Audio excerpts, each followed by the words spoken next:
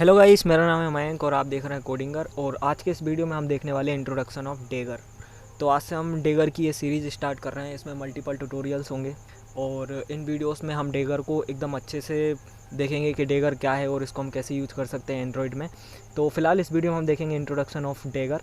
और एक चीज़ मैं इस सीरीज़ को स्टार्ट करने से पहले आपको रिकमेंड करना चाहूँगा कि डेगर एक बहुत ही एडवांस टॉपिक है एंड्रॉयड का। It need full attention. तो जब भी आप इसके वीडियो को देखें तो तब देखें जब आपके दिमाग के तार पूरे एकदम खुले हुए हों, जब आप फुल्ली अटेंडेंट होकर वीडियो देखने की हालत में हो तभी इसको देखें। ऐसे ही घूमते घूमते देखने और घूमते घूमते पढ़ने वाला ये टॉपिक नहीं है। It need more attention.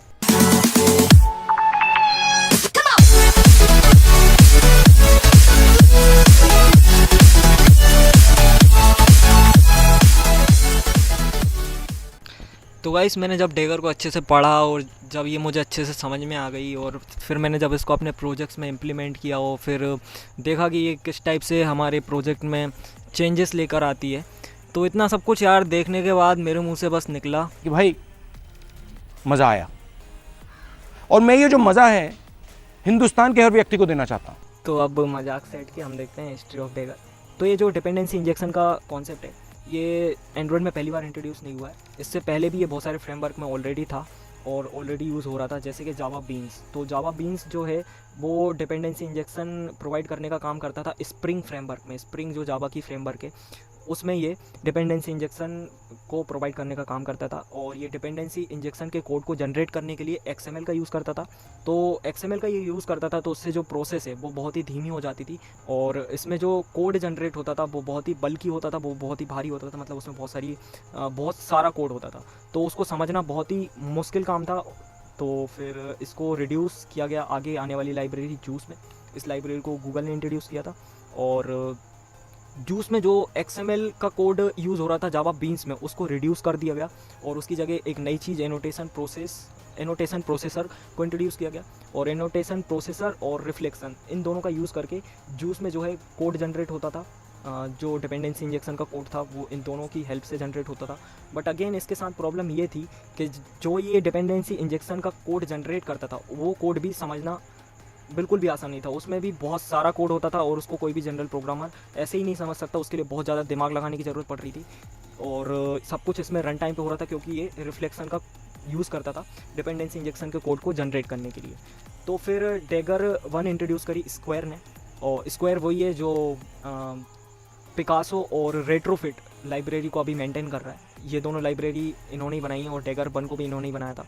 तो डेगर 1 में जो है जूस की जो प्रॉब्लम थी कि ये बहुत सारा बॉयलर प्लेट कोड जनरेट करता था डिपेंडेंसी इंजेक्शन के कोड को जनरेट करने से पहले।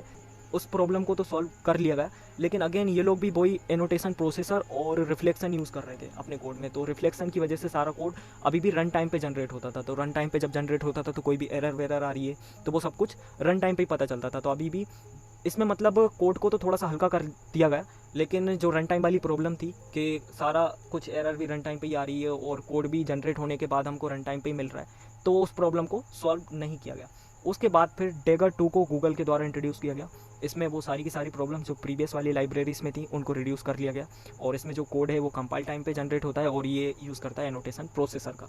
तो एनोटेशन प्रोसेसर के थ्रू ये कोड को कंपाइल टाइम पे जनरेट करता है और इसमें जो कोड जनरेट होता है वो एकदम रीडेबल होता है। कोई भी एक जनरल प्रोग्रामर उसको रीड करके समझ सकता है कि हमारे डिपेंडेंसी ग्राफ के अकॉर्डिंग इसने क्या कोड जनरेट किया है और किस टाइप से ये कोड को जनरेट कर रहा है।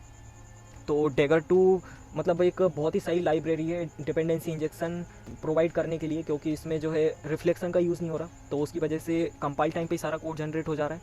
और उसके बाद में ये एनोटेशन प्रोसेसर का यूज़ कर रहा है और बीच में जो ये कोड जनरेट करता है डिपेंडेंसी इंजेक्शन का, उसको पढ़ना भी बहुत आसान है क्योंकि इसको एक कॉमन प्रोग्रामर बहुत ईजीली समझ सकता है।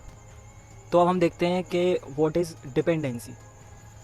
तो डिपेंडेंसी का मतलब कुल मिला के ये है कि यदि कोई एक हमारी क्लास A है और वो क्लास B को यूज़ कर रही है तो हम कह सकते हैं कि क्लास A जो है वो B पर डिपेंडेंट है।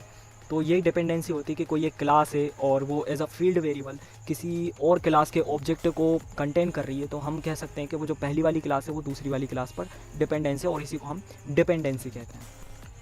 तो ये आपने ऑलरेडी एंड्रॉयड में देख रखा है या प्रोग्रामिंग में देख रखा है। जैसे कि एंड्रॉयड का कुछ एग्जांपल्स मैं आपको बताऊं, तो जैसे जो हमारा रिसाइकलर व्यू है, तो रिसाइकलर व्यू में हम अडप्टर प्रोवाइड करवाते हैं, तो वो एक डिपेंडेंसी हो गई कि रिसाइकलर व्यू जो है वो अडप्टर वाली क्लास पर डिपेंडेंट है।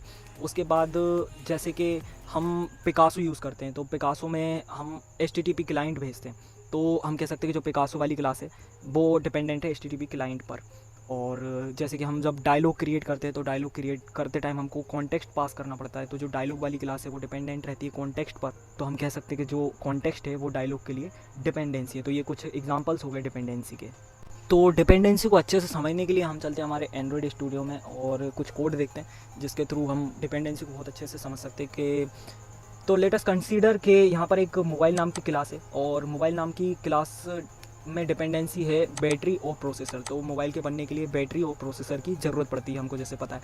तो इसी एनालॉजी को लेकर हम अपनी पूरी इस सीरीज़ में काम करेंगे कि मोबाइल है और फिर मोबाइल के बनने के लिए प्रोसेसर की ज़रूरत पड़ रही है और प्रोसेसर के बाद बैटरी की ज़रूरत पड़ रही है। तो इसी एनालॉजी के थ्रू हम काम करेंगे और इसमें और भी एलिमेंट ऐड होते जाएंगे, जैसे कि प्रोसेसर के बनने के लिए सेंट की ज़रूरत पड़ती है, सिलिकॉन सेंट की। उसके बाद बैटरी के बनने के लिए जैसे कॉपर की ज़रूरत पड़ती है या फिर लिथियम की ज़रूरत पड़ती है। तो इस टाइप से इस एनालॉजी को लेकर हम आगे बढ़ेंगे, ठीक है। तो अभी के लिए मोबाइल वाली क्लास है और उसमें दो डिपेंडेंसी हैं, पहली है बैटरी और दूसरी है प्रोसेसर। तो ये दोनों डिपेंडेंसी जो है वो हमने क्रिएट की हुई हैं, इनको प्रोवाइड करवाया हुआ है कहाँ पर, हमारी कंस्ट्रक्टर के अंदर, और ये खुद हमने क्रिएट करें। तो देखिए बैटरी भी यहाँ पर हम ही क्रिएट कर रहे हैं, प्रोसेसर भी हम ही यहाँ पर क्रिएट कर रहे हैं। तो एज जनरल आप सोच कर देखिए इस कोड में प्रॉब्लम क्या है। तो इस कोड में बहुत सारी प्रॉब्लम्स हैं। तो सबसे पहली प्रॉब्लम इस कोड के साथ ये है कि जो सॉलिड प्रिंसिपल होता है प्रोग्रामिंग के लिए, जो सॉलिड प्रिंसिपल अंकल बॉब्स ने दिए हुए हैं उसके अकॉर्डिंग पहला प्रिंसिपल होता है सिंगल रिस्पॉन्सिबिलिटी प्रिंसिपल। तो सिंगल रिस्पॉन्सिबिलिटी प्रिंसिपल में क्या कहा गया है कि कोई भी क्लास है तो उसके पास में सिंगल रिस्पॉन्सिबिलिटी होनी चाहिए और वो केवल रिस्पॉन्सिबल होना चाहिए खुद के काम को करने के लिए, और उसके पास केवल एक काम होना चाहिए, मतलब एक रिस्पॉन्सिबिलिटी होनी चाहिए और उसी रिस्पॉन्सिबिलिटी को प्रोवाइड करने के लिए वो क्लास यूज़ होनी चाहिए। तो यहाँ पर सिंगल रिस्पॉन्सिबिलिटी प्रिंसिपल कैसे ब्रेक होता है, तो ये मोबाइल वाली क्लास है, इसको मोबाइल से रिलेटेड काम करना चाहिए था, लेकिन ये बैटरी क्रिएट कर रही है और प्रोसेसर क्रिएट कर रही है, तो ये मुद्दे से भटक रही है कुल मिला के, है ना। तो सिंगल रिस्पॉन्सिबिलिटी प्रिंसिपल यहाँ पर ब्रेक हो रहा है। एक प्रॉब्लम तो ये हो गई। दूसरी प्रॉब्लम ये है कि ये कोड जो है वो टेस्टेबल नहीं है, क्योंकि यूनिट टेस्टिंग के कोड यदि आपने लिखे हो तो आपको पता होगा कि यूनिट टेस्टिंग में क्या होता है कि हम किसी एक क्लास को यूनिट टेस्ट कर रहे होते हैं। तो उस यूनिट टेस्टिंग में हम ये ऑब्जेक्ट्स कहाँ से लेकर आएंगे। अब मोबाइल क्लास को हम यदि यूनिट टेस्ट कर रहे हैं तो इनको हम पता नहीं कहाँ से लेकर आएंगे। तो ये इसके साथ दूसरी प्रॉब्लम है। इस टाइप से और तीसरी प्रॉब्लम हम देखें तो इसमें क्या हो रहा है कि जब भी एक नया मोबाइल बनेगा, एक नई बैटरी बनेगी और एक नया प्रोसेसर क्रिएट होगा, तो कभी ऐसी भी ज़रूरत हमको पड़ सकती है कि हमारे पास में ऑलरेडी बैटरी का ऑब्जेक्ट हो और वही हमको पास करना हो, या प्रोसेसर का ऑब्जेक्ट हो वही हमको पास करना हो, तो वो हम यहाँ पर नहीं कर सकते। जब भी मोबाइल का ऑब्जेक्ट बनेगा ऑटोमेटिकली बैटरी और प्रोसेसर का ऑब्जेक्ट भी बन जाएगा। तो ये कुछ प्रॉब्लम्स हैं, और भी सारी प्रॉब्लम्स हैं, फिलहाल इतनी कोई हम रखते हैं और हम देखते हैं कि इसको हम कैसे रिड्यूस कर सकते हैं। तो सबसे पहला तो आसान सा तरीका ये हो सकता है कि हम इसको कैसे रिड्यूस कर लें। हम इसको एज अ कंस्ट्रक्टर में डिपेंडेंसी बुलवा लें बाहर से, तो जो कोई भी मोबाइल का ऑब्जेक्ट बनाएगा वो रिस्पॉन्सिबल होगा ये दोनों डिपेंडेंसी हमको प्रोवाइड करने के लिए। तो वो हम कैसे कर सकते हैं, वो हम यहाँ पर ऐसे बैटरी और प्रोसेसर और बैटरी को हम इनिशलाइज कर देंगे यहाँ पर, और प्रोसेसर को हम इनिशलाइज कर देंगे प्रोसेसर के अंदर, ठीक है। तो अब ये परफेक्ट कोड है, क्योंकि देखो यहाँ पर सिंगल रिस्पॉन्सिबिलिटी प्रिंसिपल भी बचा हुआ है कि मोबाइल क्लास जो है वो मोबाइल का ही काम कर रही है, वो रिस्पॉन्सिबल नहीं है बैटरी क्रिएट करने के लिए और प्रोसेसर क्रिएट करने के लिए। उसके बाद जो है यहाँ पर हमने टेस्टिंग की बात करी, तो टेस्टिंग अभी इस कोड के लिए हम टेस्ट कोड लिख सकते हैं, क्योंकि जो बैटरी है बैटरी के ऑब्जेक्ट को हम मॉक कर सकते हैं और प्रोसेसर के ऑब्जेक्ट को भी हम मॉक कर सकते हैं, और इस मोबाइल वाली क्लास को हम यूनिट टेस्ट कर सकते हैं, ठीक है। और उसके बाद में कभी हमको बैटरी का ऑब्जेक्ट बाहर से ऑलरेडी हमारे पास बना रखा हुआ है और वो हम भेजना चाहें तो वो भी हम भेज सकते हैं, प्रोसेसर का ऑब्जेक्ट भी हम बाहर से भेज सकते हैं। तो जैसे अब ये मोबाइल वाली क्लास का ऑब्जेक्ट मैं किसी बाहर क्लास से यूज़ करता हूँ, जैसे कि मान लीजिए ये मेरी मेन एक्टिविटी है और इस मेन एक्टिविटी में मुझे मोबाइल के ऑब्जेक्ट की ज़रूरत है, तो मैं किस टाइप से मोबाइल का ऑब्जेक्ट क्रिएट करूँगा आपको पता है, ये रहा mobile is equal to new mobile, और मोबाइल क्रिएट करने के लिए मुझे प्रोसेसर की ज़रूरत है, तो ऊपर एक मैं processor processor is equal to new processor, और बैटरी के लिए भी battery is equal to new battery, और बैटरी मैं यहाँ से पास कर दूँगा कुछ इस टाइप से, और प्रोसेसर मैं यहाँ से पास कर दूँगा कुछ इस टाइप से। तो ये जो हम काम कर रहे हैं ना कि मोबाइल वाली क्लास की डिपेंडेंसी हम यहाँ से फुलफ़िल कर रहे हैं, तो यही कहलाता है डिपेंडेंसी इंजेक्शन।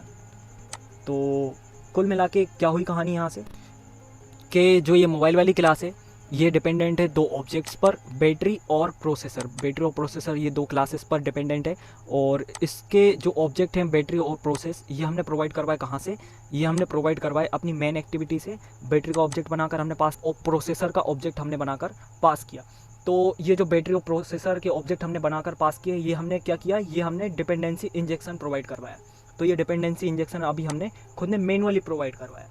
तो अब आप यहाँ से सोच रहे होंगे कि डिपेंडेंसी इंजेक्शन तो हमने खुद नहीं प्रोवाइड करवा लिया, तो यहाँ पर डेगर का काम कहाँ पर है। तो डेगर यहाँ पे क्या करती है, तो डेगर डिपेंडेंसी इंजेक्शन प्रोवाइड करवाने का काम करती है। मतलब कि कोई एक क्लास यदि दूसरी क्लास के ऑब्जेक्ट पर यदि डिपेंडेंट है तो उस ऑब्जेक्ट को डेगर प्रोवाइड करवाती है, और हमारा काम क्या है कि हम डेगर को बताएं कि वो ऑब्जेक्ट उसको कैसे बनाना है। तो इस फुल सीरीज़ में हम यही सीखेंगे कि हम डेगर को कैसे बता पाएंगे कि उसको कोई ऑब्जेक्ट कैसे कंस्ट्रक्ट करना है, उसको वो ऑब्जेक्ट कैसे बनाना है, और फिर डेगर हमारे लिए ये काम करके देगी। तो आई होप कि आपको यहाँ पर समझ में आया होगा कि क्या डिपेंडेंसी है, क्या डिपेंडेंसी इंजेक्शन है, और क्या डेगर यहाँ पर रोल प्ले करने वाली है। तो गाइस ये इंट्रोडक्शन वीडियो था, इसमें हमने देखा कि डेगर की हिस्ट्री क्या थी, उसके बाद हमने देखा कि डिपेंडेंसी क्या होती है, फिर डिपेंडेंसी इंजेक्शन क्या होता है वो देखा, और उसके बाद में डेगर का डिपेंडेंसी इंजेक्शन में क्या रोल रहने वाला है। तो कुल मिला के डेगर जो है वो, डेगर को हमको बताना पड़ेगा कि वो ऑब्जेक्ट कैसे कंस्ट्रक्ट करती है, और उसके बाद में उसको वो ऑब्जेक्ट जो वो कंस्ट्रक्ट करेगी वो ऑब्जेक्ट उसको कहाँ पर पास करना है।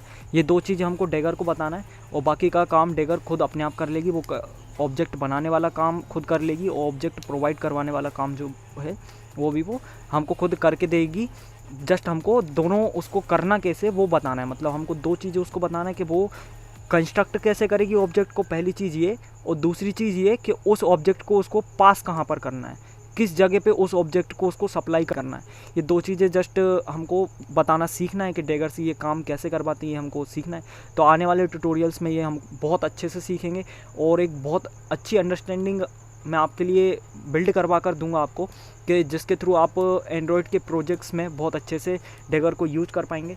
तो इस वीडियो को यहाँ तक देखने के लिए आपका बहुत बहुत धन्यवाद। आई होप कि ये वीडियो आपको पसंद आई होगी, और इस वीडियो से रिलेटेड आपका कोई क्वेश्चन है तो आप नीचे कमेंट सेक्शन में पूछ सकते हैं, और इस वीडियो के डिस्क्रिप्शन में कोडिंगर के सारे सोशल मीडिया अकाउंट्स का लिंक दिया हुआ है, तो वहाँ पर जाकर आप कोडिंगर को फॉलो कर सकते हैं। और इस सीरीज़ में जो कुछ भी हम कोड करेंगे वो सारे कोड की लिंक आपको नीचे हर वीडियो के डिस्क्रिप्शन में मिल जाएगी, तो आप वहाँ से जाकर कोड को एक्सेस भी कर सकते हैं।